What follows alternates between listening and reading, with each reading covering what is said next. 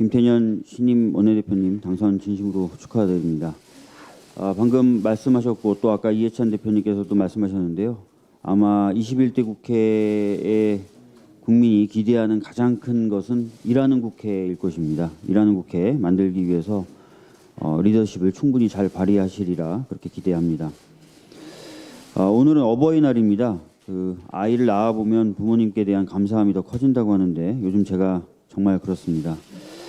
우리나라는 노인 빈곤율이 OECD 평균에 비해 3배 정도 된다고 합니다. 경제 성장을 위해서 여러 노력을 기울이셨지만 노년이 되셔서는 여러 가지 이유로 또 어려움을 겪고 계신 것이 우리의 현실인 것 같습니다. 꼼꼼하게 어르신의 삶에 어려움을 챙기고 돌보는 국가복지 시스템을 만들어 갈 필요가 있습니다.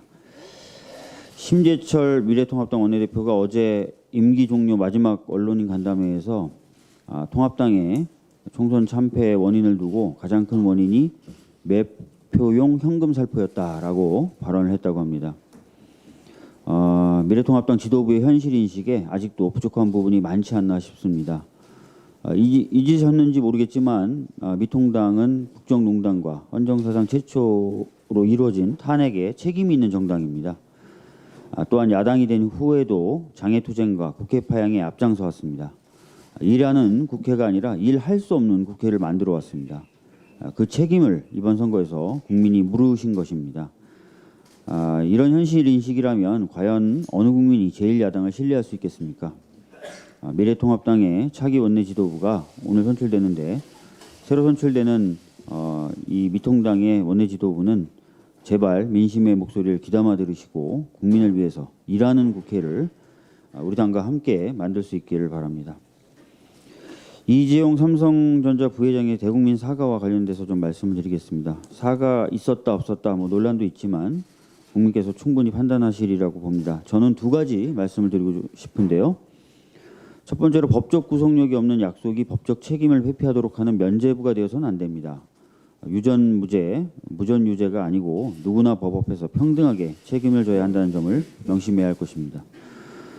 두 번째로 이재용 부회장의 말이 의미를 가지려면 구체적인 실천 방안이 나와야 할 것입니다. 노동 3권을 앞으로 어떻게 실효적으로 보장할 것인지 또 문호조 경영 방침이라는 것에 따라서 그동안 노동 3권을 제약받아왔던 노동자들의 피해를 어떻게 회복시킬지에 대해서 책임 있는 대책이 마련돼야 할 것이고요.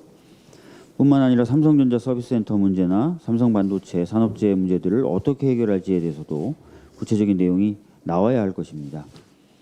이재용 부회장의 약속은 이인영 전 원내대표님이 이야기하셨던 것처럼 새 시대로의 전환점이 되어야 하는데 새 시대로의 전환점이 되기 위해서라도 후속 조치가 함께 뒤따라야 할 것입니다. 이상입니다.